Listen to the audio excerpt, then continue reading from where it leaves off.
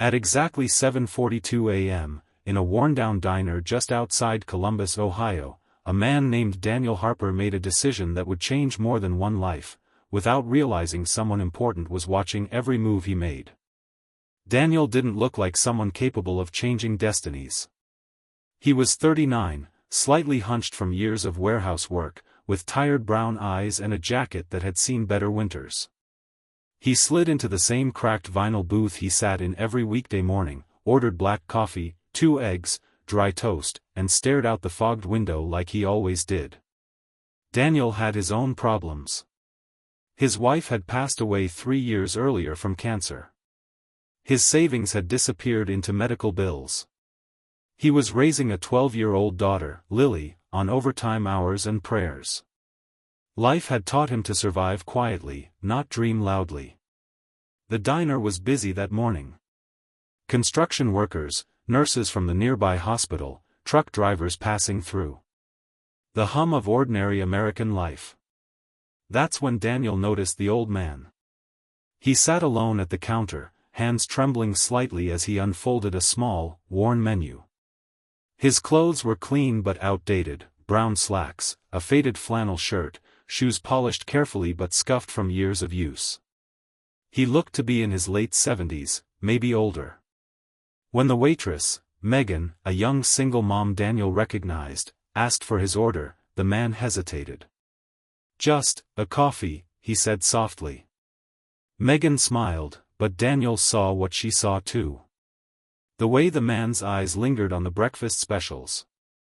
The way he swallowed before speaking, like hunger was a secret he didn't want exposed.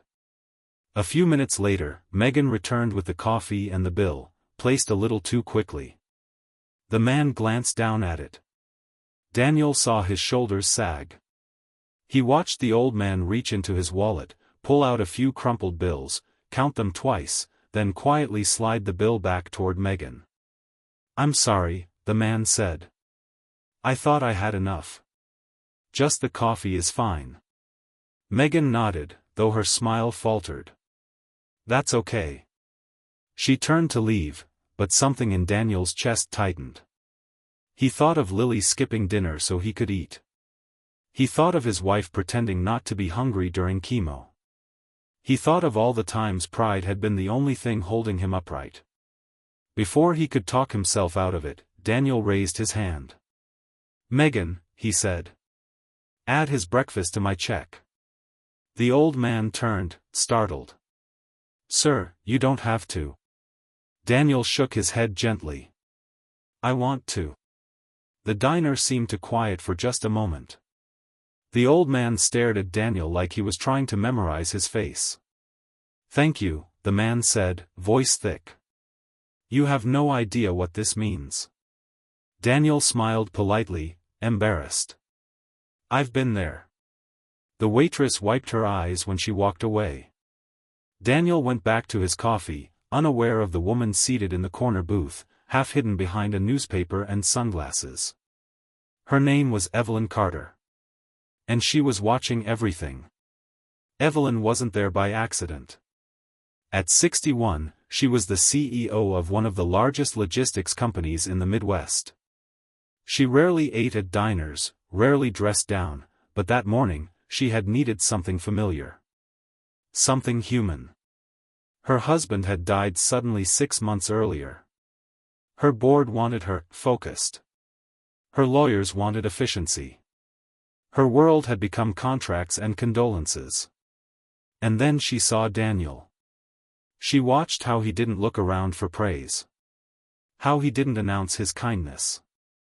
How he went right back to his eggs like nothing extraordinary had happened. That's what caught her attention. Most people who did good wanted to be seen. Daniel didn't. Evelyn folded her paper, paid her bill, and as she passed the counter, she paused beside the old man. "Enjoy your breakfast," she said kindly. Then she glanced at Daniel. "Thank you," she added, with meaning. Daniel nodded, confused.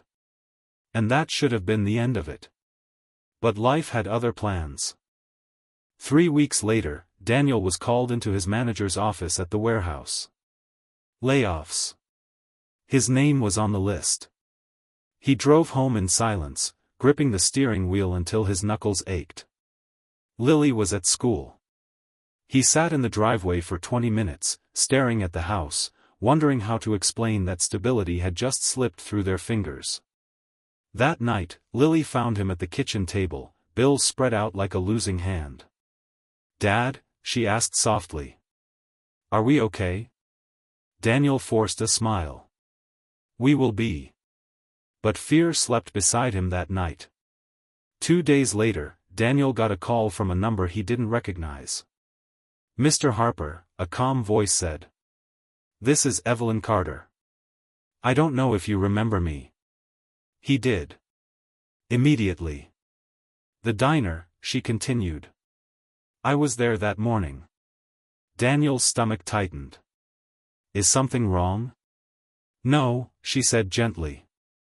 "Something is right. And I'd like to talk to you. In person." They met at her office downtown. Glass walls. Clean lines. A world Daniel felt unworthy to enter. She listened as he told her about his job, his daughter, his wife. She didn't interrupt. When he finished, she leaned back. "That man you paid for," she said. "His name is Frank Miller. He was my father's best friend. A retired school janitor who helped raise me after my mother died." Daniel's breath caught. "He hasn't told anyone how hard things have gotten," Evelyn continued. "But you saw him. You helped without asking anything in return." She slid a folder across the table. "I'm opening a new regional operations division," she said. "I need someone to manage people. Not numbers. Someone who understands dignity." Daniel stared at the folder. "I don't have a degree," he said quietly. "I know," Evelyn replied. "I watched you." Daniel started 2 weeks later. The pay changed his life, but it was the respect that healed him. He enrolled Lily in art classes she'd dreamed about. He started sleeping again. Laughing again. But the story didn't end there. Daniel never forgot Frank. Every Sunday, he picked him up for breakfast. They talked about baseball, life, loss. Frank cried the day Daniel introduced him to Lily as family. Years later, at Daniel's promotion ceremony, Frank sat in the front row, eyes shining with pride. Evelyn watched from the back, knowing the truth few others did. That empires aren't built by power.